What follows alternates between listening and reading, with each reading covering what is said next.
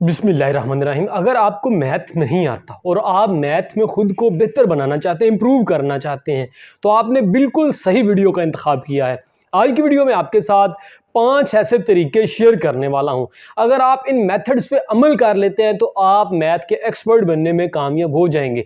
अमूमन हर साल जो भी एग्जाम्स होते हैं 9th के, 10th के, फर्स्ट ईयर के, सेकंड ईयर के, तकरीबन 50 से 60% बच्चे मैथ में फेल हो जाते हैं या अच्छे नंबर लेने में कामयाब नहीं हो पाते या उनको मैथ पसंद नहीं होता। कोई ना कोई इस तरह की रीज़न होती है। ओवरऑल रिजल्ट जिसकी वजह से ख़राब आता है, रिजल्ट अच्छा नहीं आता। तो अगर आप इन तरीकों पे अमल कर लेते हैं, इन टिप्स पर अमल कर लेते हैं, तो आप यकीनन मैथ को अच्छे तरीके से करने में कामयाब हो पाएंगे और एक अच्छा रिजल्ट हासिल करने में भी इंशाल्लाह कामयाब हो पाएंगे। तो बगैर टाइम वेस्ट के चलते हैं तरीकों की तरफ।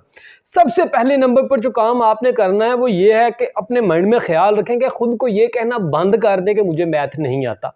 अगर आप खुद से नेगेटिव टॉक करते रहेंगे, खुद को ये कहते रहेंगे कि मुझे नहीं आता नहीं आता, तो फिर आपको नहीं आएगा। आप अपने आप के साथ पॉजिटिव टॉक करें, खुद को कहें कि मुझे मैथ आता है या इंशाल्लाह आ जाएगा। ये कभी ना कहें कि मैं इसमें कभी बेहतर नहीं हो सकता, ये कहना बिल्कुल बंद कर दें। दूसरे नंबर पर जो काम आपने करना है वो ये है कि हमेशा जो आगाज करना है, जो स्टार्ट करना है, वो सिंपल कंसेप्ट से करना है, सिंपल चीज़ों से करना है, सिंपल क्वेश्चन से करना है। अगर आप स्टार्ट ही मुश्किल सवालात से कर देते तो फिर आपका दिल मज़ीद सवाल करने को नहीं करेगा, मज़ीद क्वेश्चन हल करने को नहीं करेगा, क्योंकि आपको ऑलरेडी नहीं एक चीज़ आती।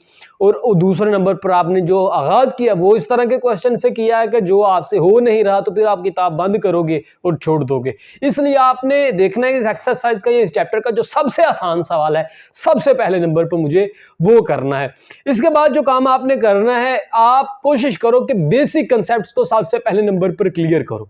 अगर देखो कि आप मुश्किल सवालात करना शुरू कर दो, मुश्किल चैप्टर स्टार्ट कर लो, बेसिक आपको आते नहीं, तो फिर आप कभी भी लॉन्ग टाइम तक उन सवालों को डट के टिक के नहीं कर पाओगे, तो फिर कभी भी अच्छे रिजल्ट्स नहीं आ पाएंगे। तो आप बेसिक कंसेप्ट करो। अगर आपको प्लस करना, माइनस करना, मल्टीप्लाई करना, डिवाइड करना ये चीज़ें नहीं आती, तो फिर आप आगे नहीं चल सकोगे। तो पहले इन चीज़ों को क्लियर करो, बेसिक कंसेप्ट अपने क्लियर करो। उसके बाद नेक्स्ट जो तरीका करना है वो ये है कि देखो, हमेशा जहां वाई क्लियर होता है, जिस बच्चे के पास कोई रीज़न होती है कि मुझे अच्छे नंबर किस वजह से लेने हैं, मुझे पढ़ना किस वजह से है, वो अच्छे तरीके से पढ़ने में कामयाब हो जाता है, वो बाकी स्टूडेंट की निस्बत ज़्यादा आगे निकल जाता है। जबकि जिसके पास कोई वजह नहीं होती वो कभी भी अच्छे तरीके से नहीं पढ़ पाता, और जब वो अच्छे तरीके से पढ़ नहीं पाता तो उसके फिर अच्छे मार्क्स भी नहीं आ पाते। जो चीज़ उसे नहीं आती वो छोड़ देता है। जबकि अगर आपके पास कोई वाई होगा, कोई रीज़न होगी कि मुझे किस वजह से पढ़ना है, तो फिर अगर कहीं से आपको समझ नहीं भी आ रही तो आप कोशिश करोगे कि यार मुझे समझना है, क्योंकि मेरे पास एक वाई क्लियर है। तो वाई जितना जल्दी हो सके वो क्लियर करो। नेक्स्ट थिंग ये है कि आप एक अच्छे से ट्यूटर को फाइंड कर सकते हो। उसके लिए आप एकेडमी ज्वाइन कर सकते हो, आप ट्यूशन रख सकते हो कहीं भी। फर्स्ट टाइम अगर आप कॉलेज स्कूल में, तो आपको जो ट्यूटर है वही है, जबकि एकेडमी में आप अपनी मर्जी का कोई अच्छा सा ट्यूटर ढूंढ सकते हो और उससे जाके आप मैथ पढ़ सकते हो। और कोशिश करो कुछ इस तरह का ट्यूटर ढूंढो कि जो वाकई आपके बेसिक कंसेप्ट पे भी काम करे और आपको इंजॉय करवाता हुआ मैथ को करवा दे और आपके अच्छे मार्क्स लेने में आपको हेल्प आउट करे। तो ये बड़ा इंपॉर्टेंट चीज़ है कि आप एक अच्छा ट्यूटर ढूंढ सकते हो। इसी तरह से नेक्स्ट जो थिंग है वो ये है, नेक्स्ट जो फार्मूला है वो ये है कि आप सारे के सारे फार्मूले याद कर लो, क्योंकि अगर आप फार्मूले याद कर लोगे तो आप मैथ को आसानी से करने में कामयाब हो जाओगे। फार्मूले के लिए आप उनकी तस्वीरें लेके आप अपने मोबाइल पे स्क्रीनशॉट जो है मोबाइल पे वॉलपेपर लगा सकते हो। आप फार्मूले अपने घर में, अपने कमरे में लिख के लगा सकते हो, जहां आप आते जाते आपका ध्यान पड़ता रहे।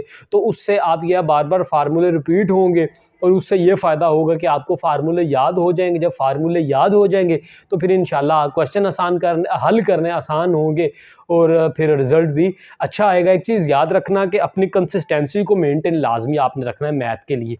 अगर आप हफ्ते में 1 दिन करते हैं, बाकी 6 दिन आपको पता ही नहीं, तो फिर आप कभी भी अच्छे रिजल्ट गेन करने में कामयाब नहीं हो पाएंगे।